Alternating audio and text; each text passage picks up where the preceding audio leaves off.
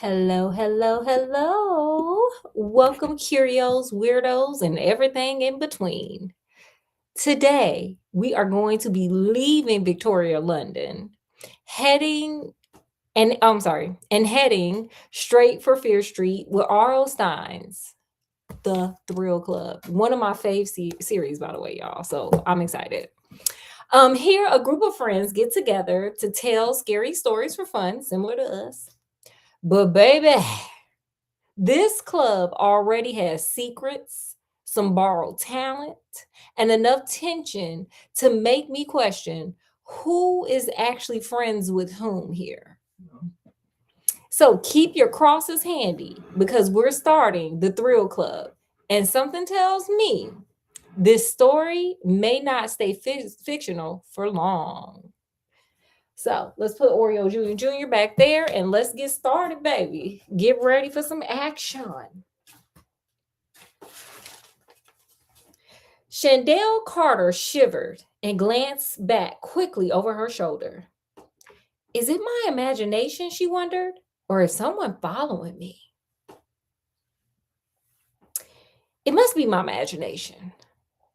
But why is it so dark? Why weren't there any streetlights on this part of Fear Street? Girl, because it's Fear Street. It was bad enough that she had to walk past the cemetery by herself. At least there could have been a little moonlight to keep her company. Her sneakers thudded on the sidewalk as she hurried towards home. She listened again for footsteps behind her, but the only noise was that from her shoes and the shrill howl of a cat somewhere far in the distance. Why am I walking home alone on Fear Street at this time of night? Chandel asked herself. She shook her head, frowning as she quickened her pace. If only she and Nessa hadn't got into that stupid argument. Nessa could have given her a ride home, just like any other night. Is anybody else wondering what they was fighting about? Girl, what y'all was fighting about, girl? We are in the 90s teenage era, so it could be. You never know. But let's see here. But no, Chandel shook her head, silently scolding herself. Why do I always have to be so stubborn? Why do I always have to be the one who's right? Chandel couldn't even remember what had started the argument. She and Nessa were laughing and talking as usual, pretending to do their homework. Girl, I do that too in high school. Somehow the conversation turned to the topic of ghosts. Okay, that's something I would talk about over homework, I guess. I don't know. I saw one, Nessa said casually. Last night, I was walking past the Fear Street Cemetery on my way home from Mara's house. Right, Chantel laughed. A man with a meat cleaver wearing a hockey mask. I've seen that movie. A dreamy look passed across Nessa's face. She had dark brown hair pulled back in a ponytail behind a pretty, delicate face. No, she said softly. It was a woman in a wedding dress. She floated up from the grave and stared at me for a couple of seconds. Then she disappeared. That's all? Chandel was disappointed. I'm sorry. That's not much of a ghost story. It's not a story, Nessa insisted. It was real. It happened to me. Nessa turned her attention back to her math homework. She frowned at one of her answers and started to erase it. Chandel felt herself getting angry. Come on, Nessa. You don't expect me to believe that. Nessa glanced up from her notebook. Excuse me? You don't really expect me to believe you saw a ghost, do you? Of course you do. You're my best friend, Chandel. Okay, girl, I guess that constitutes belief. Let's go. If you don't believe me, who will? Chandel didn't answer. Nessa returned to her notebook. Chandel tried to work out a problem, but couldn't concentrate. Somehow the story had gotten underneath her skin. A ghost in a wedding dress. Why did it bother her so much? Girl, I'm wondering that too. Why do you care? She reached across the table and plucked the pencil out of Nessa's fingers. Admit it, she said. Admit that you're making it up. Nessa wouldn't budge. I told you what I saw, Chandel. Now, can I please have my pencil back? Chandel wrapped her fingers tightly around the pencil. She knew she was being childish. Not until you admit that you were making that story up. I wasn't, Nessa insisted. So give me back the stupid pencil. Nessa angrily snatched at the pencil, but Chandel was too quick for her. Nessa glanced at her across the table. If you don't believe my story, you can just get out of my house. This is just a argument that makes no sense, but here we go. Okay, Chandel shot back, I will. And she had. She gathered up her books, grabbed her jacket, and stormed out of the front door, still clenching Nessa's pencil in her hand. She stuffed it into her handbag and started walking.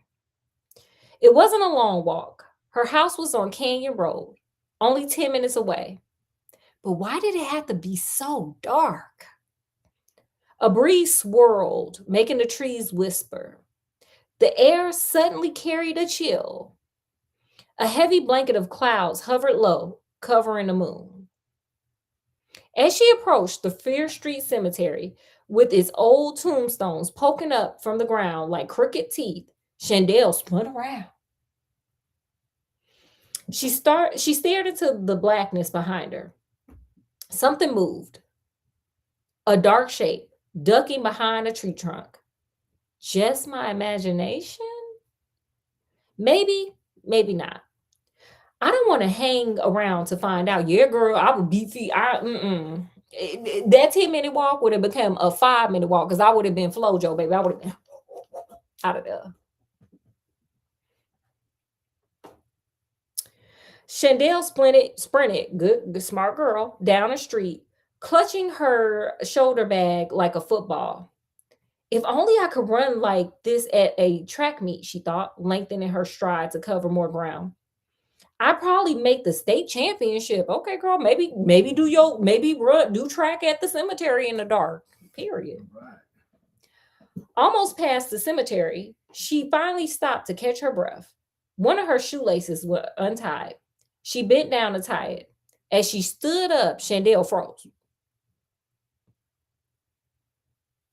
What was that? She held her breath and listened carefully. A voice. A soft whisper. Chandel. Run, she urged herself, run. But her legs wouldn't move. They felt planted in the ground. Chandel, the voice whispered again, playful, teasing. Nessa, she hissed, if you're trying to scare me, I'll never ever forgive you. Chandel turned her head to the direction of the whispers. They seemed to be floating out from the cemetery. All at once, against the purple sky, she saw a dark cloud. Smoke. She stared in horror, watching it rise up from beneath a tilted gravestone. No way, she thought. No way I'm standing here and watching this. Please let it not be a ghost. Chandel. The whisper, right behind her, right in her ear. She gasped as something cold touched her neck. Oh, girl. Something cold and sharp. The motion was quick and clean. She felt hot wetness before she felt the pain. Girl, what is that? Did they throw some paint on you or something? Is it paintball? What happened? She reached up with both hands. My throat, she realized. Someone cut my throat. Oh. Yeah. Her legs felt rubbery, weak. She dropped to her knees. The dark ground rose up to meet her. Oh, a low groan escaped her throat. She felt so warm and so cold, all at the same time. Her shoulder bag burst open as it hit the sidewalk, spilling its contents. My throat, I'm bleeding. Help me. Chandel reached out blindly, groping for anything that might save her. All she found was a pencil. Mm. Mm-mm-mm-mm. Wow. Yeah. Waste no time. Or say I know play, honey. He don't play in these books. He come with suspense. Okay, but let me get back to this book. Thalia Blatton finished reading the story and gazed around the room with her blue eyes. She could tell that her friends in the thrill club had enjoyed it. The other five members of the club were sprawled around Seth Barner's small rec room. They wore dazed, thoughtful expressions. No one spoke. I guess the story is a hit, Talia thought. She winked at Seth. He flashed her a quick smile. Wow, Rudy Phillips spoke first. His brown eyes sparkled with pleasure behind his gold wire rimmed glasses. That was awesome, Thalia. It gave me chills. Really, Mara Drake chimed in. I mean, I could feel the blood oozing from her neck. Rudy let out a high pitched giggle. He wrapped his hands around Mara's throat. Rudy, give me a break, Mara squirmed out of his grasp. Rudy is too young for these stories, she said. She frowned at him. It's past your bedtime, isn't it? I won't sleep tonight. Not after that story, Rudy declared. He turned to Nessa, who was sprawled on the floor on the other side of the room. Hey, Nessa, do you have a pencil I can borrow? Everyone laughed. Ha ha ha. Nessa grinned at Rudy. Since when did you learn how to work a pencil? Okay, they just gonna drag poor little Rudy.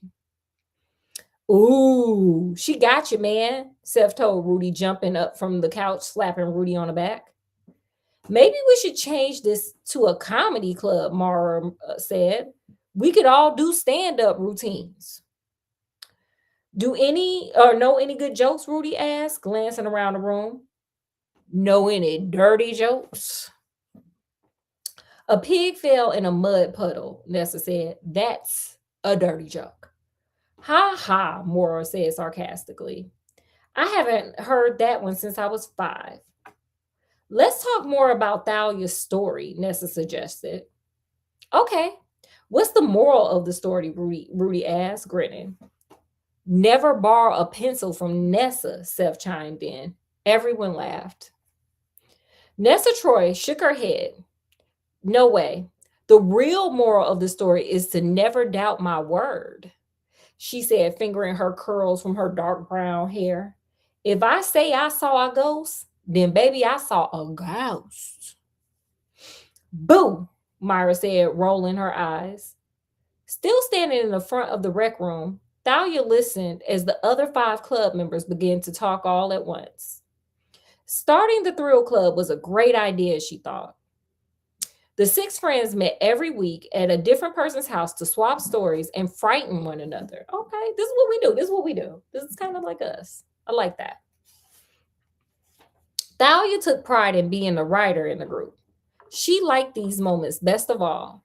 When her stories had just ended, everyone admired her, wondering how she turned out a scary story every week. Everyone but Seth, of course. He knew her guilty secret. Oh, girl, what's your secret? What's your little guilty secret, girl?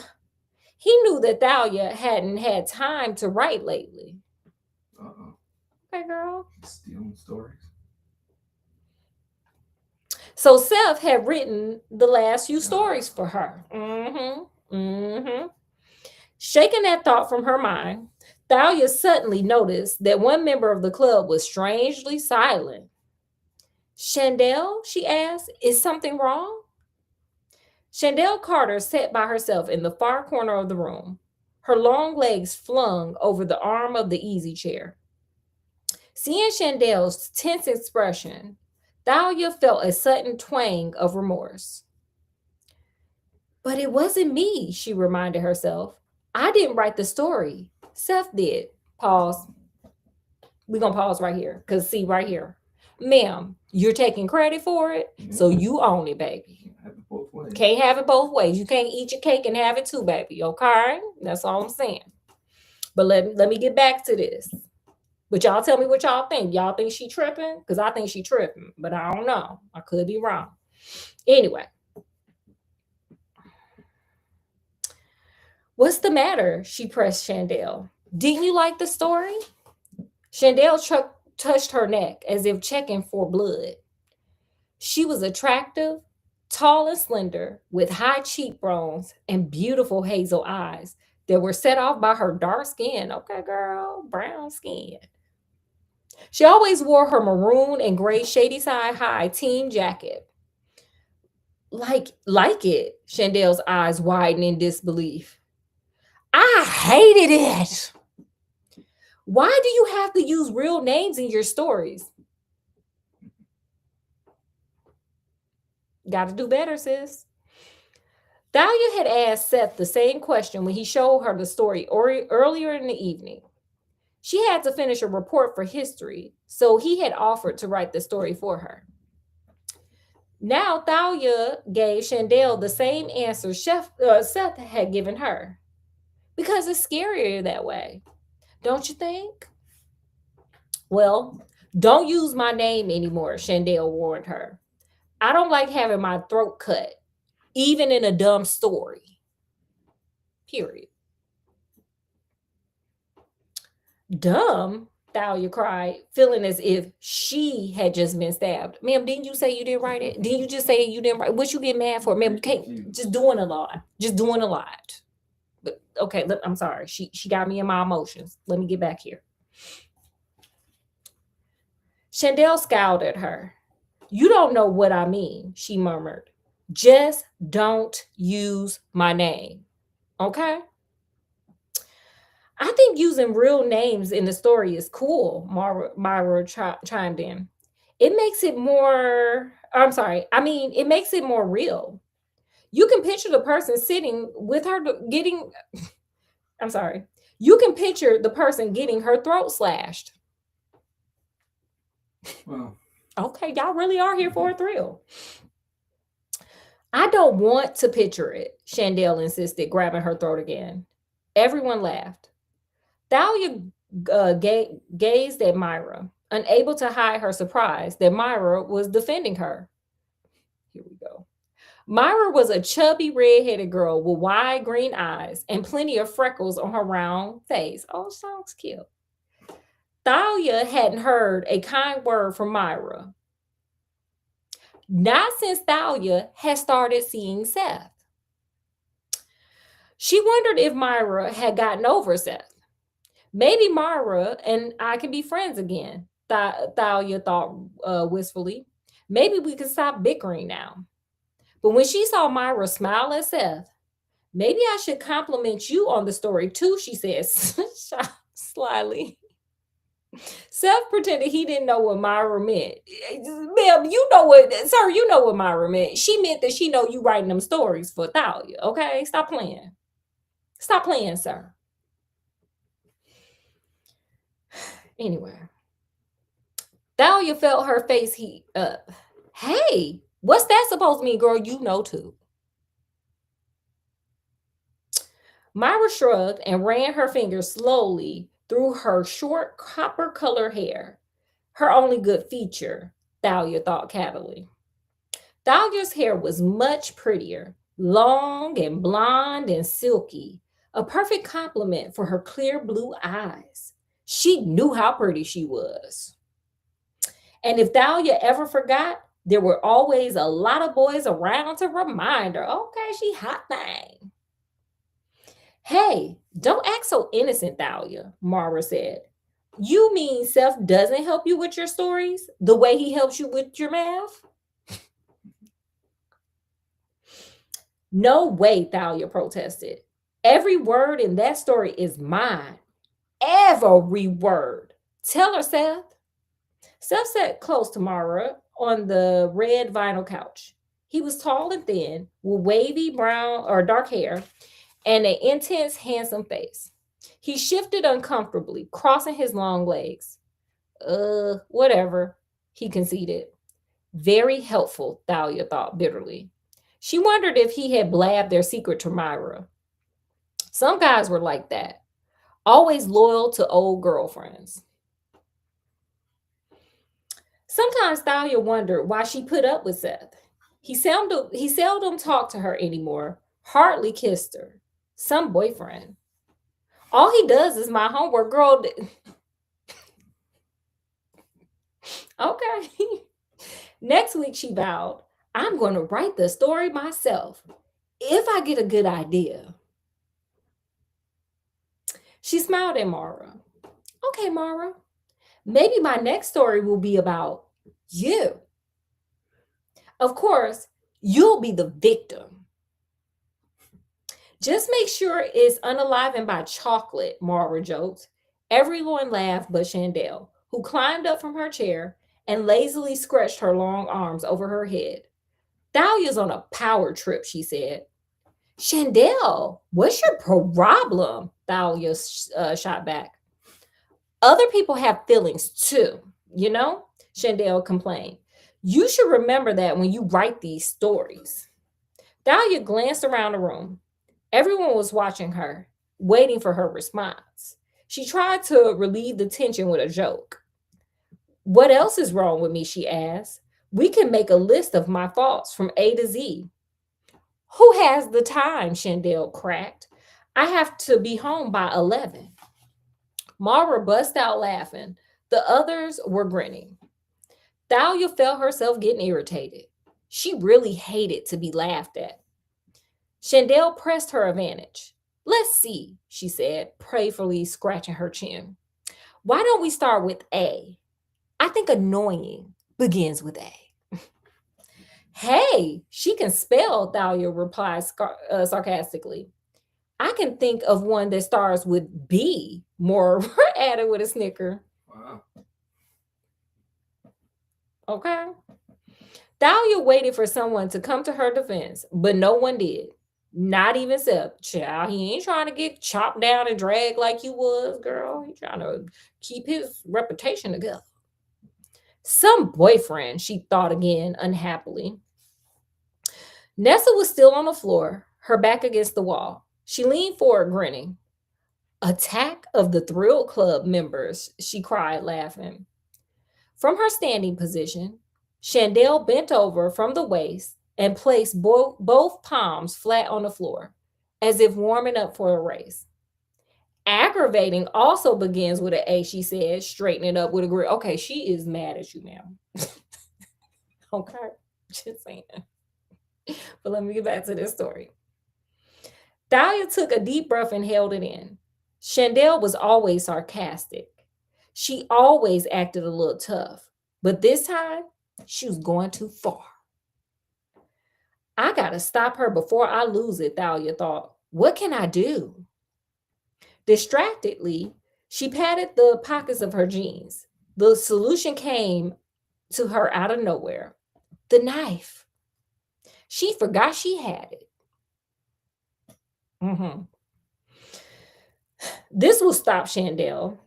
Walking slowly, steadily, Thalia crossed the room until she was face to face with Chandel. Then she reached into her pocket and pulled out the switchblade. Oh. When the silver blade sprang out, Chandel's mouth dropped open. She raised both hands to protect herself. How about an apology? Thalia asked, raising the knife menacingly. I think that also starts with A. Thalia didn't wait for Chandel to reply. She raised the knife and plunged it into Chandel's chest, aiming for the heart. Her aim was perfect. Okay. I'm gonna end it there, y'all. I'm gonna Take this seriously. what? Let's go. They taking it very serious. Okay, guys, okay. Curios, weirdos. So what do we think? Thalia has presented herself as a talented storyteller, but Seth is quietly supplying the work. She plagiarizing him, aka she plagiarizing him. Chandel is being used as material without much concern for how she feels about it, because she made it very clear, right? Nothing supernatural has happened yet, but the relationships are already built on borrowed credit, ignored boundaries, and resentment waiting for somewhere to go.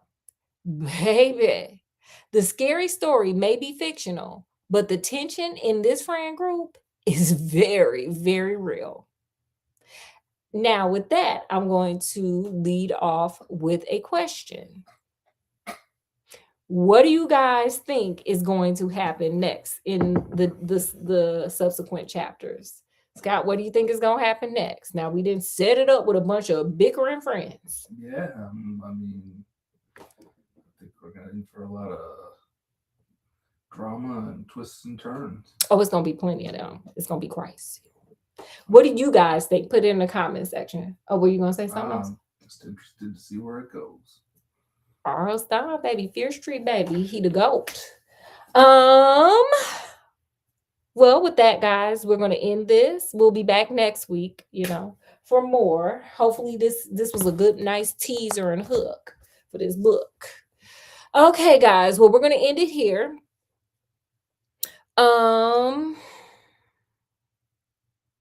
As always, we enjoyed having you guys here with us, and hopefully you guys enjoyed hanging out with us. Make sure you guys like, share, subscribe, check out some other videos, live shorts, all that fun stuff. This is a channel not just about Scott, Oreo Jr. and I, but also you guys. So with that, we're going to bid you guys adieu.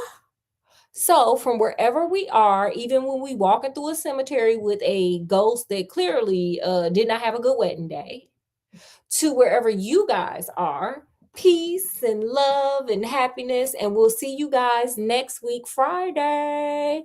Bye, y'all. Enjoy the rest of your weekend. Bye.